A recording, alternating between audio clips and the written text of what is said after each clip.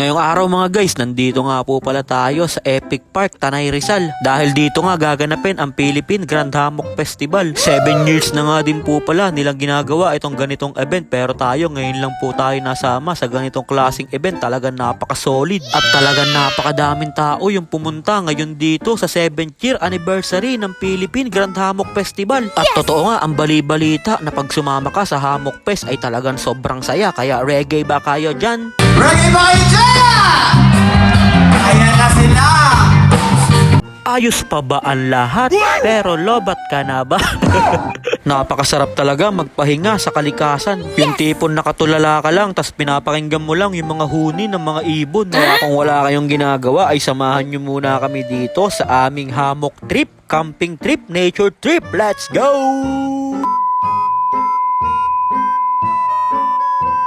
So, ayun po, ito na nga yung mga kagamitan na dadalhin natin ngayong araw sa Epic Park, Tanay Rizal. Dahil dun nga gaganapin yung 7th years anniversary ng Philippine Grand Hammock Festival. Kaya maya-maya lang mga guys, ay nandito na nga din kami sa Epic Park, Tanay Rizal. Ayan, kakaliwa ka lang dyan, sabay dire-diretso ka lang, mapupuntahan mo na kagad yung pupuntahan mo. At pagbaba nga namin dito sa entrance, ay bumungad kagad sa amin si Bugoy na Koy-Koy. Ayan, grabe naman yun si Bugoy na Koy-Koy, pumupunta din pala sa ganitong Hammock Fest. At syempre, kailangan nyo muna magpa-register dyan bago kayo makapasok sa may loob. At pagkatapos ko nga pumirma dyan ng attendance ay binigyan na nga tayo ni ate ng napaka-solid na sticker nitong Philippine Grand Hammock Festival. Ayan, napaka-solid nitong sticker. At pagpasok nga namin dito sa may loob ay naglakad-lakad muna kami para makahanap pa kami ng magandang spot na pagsasabitan ng mga hammock namin na dala-dala. Dahil yung iba nga namin na mga kasamahan dito ay naka-ready na lahat ng mga gagamitin nila dyan. Ayan, pwede na silang magpakabusog, sabay maghihiga sa kanilang mga hammock, sabay matulog na mahimbing. Pero kami palakad-lakad pa din kami dito. Kaya naisipan na lang namin pumunta dito sa may loob ng court dahil dito nakalatag yung mga clothing line saka mga food trip. Talagang napakaangas lahat ng nakalatag dito ng mga clothing line. Kaso lang kahit bang gaganda ng mga damit dito na nakasabit ay hanggang tingin lang ako dahil wala pa akong pera, wala pa akong pambilin ng mga ganong kamamahal ng mga clothing line. Sana sa next sama ko sa Hammock Fest ay mayaman na ako para makabili na ako ng madaming damit sa mga clothing na nakalatag dun. Kaya naglatag na nga din ako ng hammock, sabay nagmuni-muni. Iniisip ko lang dyan kung kailan ba ako yayaman, pero sabi ko baka gutom lang ako kaya ikakain ko na lang to. Baka pag nabusog ako hindi ko na maisip kung kailan ba ako yayaman. At medyo inaantok-antok na ako dito mga guys. Syempre pag nabusog matik aantokin ka na. Pero joke lang, mamaya na ako matutulog, maaga pa, kaya naghanap na lang ako dito ng magandang tanawin. At pumunta na nga din ako dito sa may stage dahil nagkakasayawan na nga dito mga guys. Nandito na, party na, let's go! At ang sabi dyan nung babae na host ay kung sino daw ang pinakamagaling sumayaw ay siya daw ang mananalo nung hammock. Ayun, ibibigay na ni ate yung hammock na kapit-kapit niya. Kaya lahat sila dyan ay nagpapagalingan sumayaw, walang gustong magbigay, lahat gustong manalo ng napakagandang hammock. Kaso lang habang sumasayaw sila ay biglang nawalan ng kuryente, napagtripan tuloy sila lahat ni Ginoong P.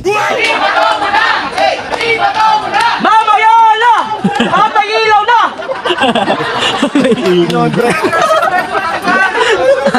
Kailangan na namin ng kalayaan!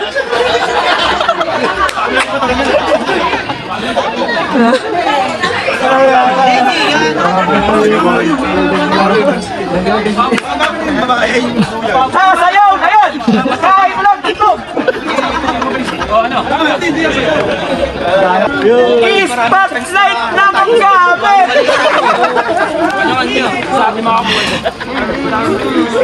Ay, ilaw na!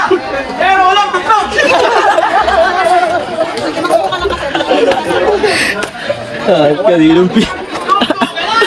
Sasayaw na yan kahit wala tugtog.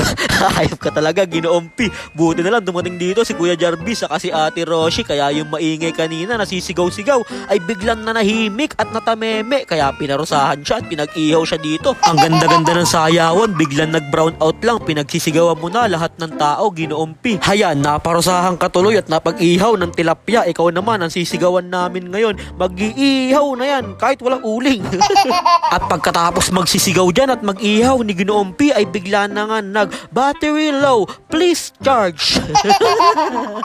Nagulat pa si Ginoong P, tulog kasi ng tulog. Kaya shout out sa lahat ng nakasama natin dito sa Philippine Grand Hammock Festival. Talagang napaka-solid nyo kasama mga kuya. Kaya maraming salamat kay Kuya Jarvis sa pagsama sa akin dito sa Philippine Grand Hammock Festival. Napaka-solid pala pumunta sa mga ganitong klaseng event. Talagang tamang chill lang habang nagkwekwentuhan, chat onte. Ibang sarap mabuhay. Kaya pagkatapos namin magkwentuhan dyan ay bumaba na nga din kami dito sa may stage dahil sinindihan na nga dyan yung bonfire. Kaya pumunta muna ako dyan sa likod ni DJ Bullet para makinig ng mga sound trip niya.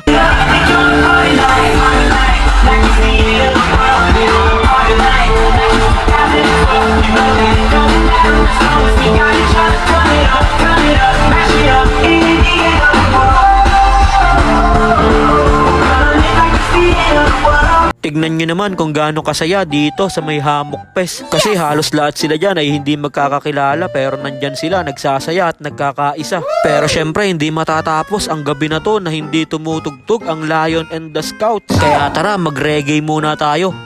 Ayos mo ba ang lahat? Ready ba dyan? Ayan na sila. Nagkabag-gabi! Nagkabag-gabi! Nagkabag-gabi! Nagkabag-gabi! Live your life without intention.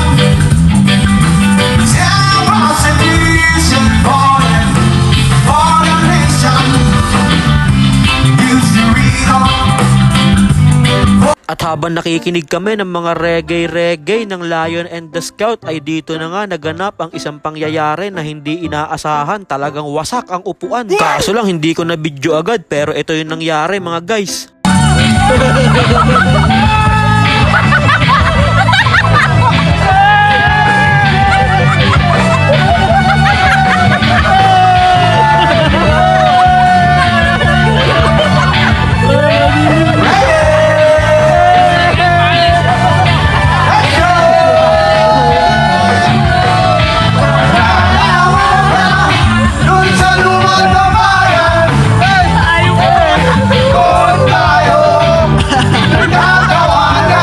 Talagang napakamot na lang sa ulo si DJ Bullet kahit hindi makati dahil tinalunan siya at inislam ni Kuya Jarvis. Talagang wasak yung upuan. Biglang inismackdown ni Rey Mysterio si DJ Bullet. Talagang bagsak ang challenger. Sayang lang mga guys dahil hindi natin nabidyohan kung paano tinalunan si DJ Bullet ni Kuya Jarvis. Sabi na hindi matatapos ang gabi na ito na walang iniislam si Kuya at winawasak na upuan. Ayan na nga din yung last video sa cellphone ko nung gabi na yun. Kaya paggising ko dito nung umaga ay grabe, napakaganda ng view. Ay, wala pa pala. Ito pala. Ito, ay no, grabe. Banggaganda ng mga puno dito. Mga guys, talagang bangganda ng mga tanawin. Natulog ka ng masaya. Paggising mo ay masaya ka pa din dahil puro magagandang tanawin lang yung makikita mo sa paligid mo. At dahil maaga nga ako nagising, ay nagmuni-muni muna ako dito at pinagmasdan ko lang kung gaano kaganda yung paligid. At pagbaba ko nga ng camera, ay bigla ko nga nakita dyan si Coach J, Motovlog, saka si Jordan Michael Ramirez. Ano kayang ginagawa nila dito? Kaya pala sila nandito dahil susunduin nila ako dahil meron daw silang nature trip dyan sa may Daraitan. Kaya sinundo daw nila ako dito para makasama daw nila ako. Yung pala kaya ako sinundo para meron silang taga-video sa kanilang nature trip. Kaya tamang trip pa dyan si Coach J Motovlog at pinagtripan pa nga niya si Aldrin Arcilla. Ginigising pa nga niya ito, pinapatawag daw sa MPBL. At dahil hindi nga magising ni Coach J Motovlog si Retret ay umalis na nga din kami dito. Kaya abangan nyo na lang sa next vlog ko kung saan ba ako dadalhin itong mga sumundo sa akin. Kaya ang saya-saya ko dun sa may Hammock Fest, bigla nyo akong sinundo para lang isama sa nature trip nyo. Aba, ayos kayo ah.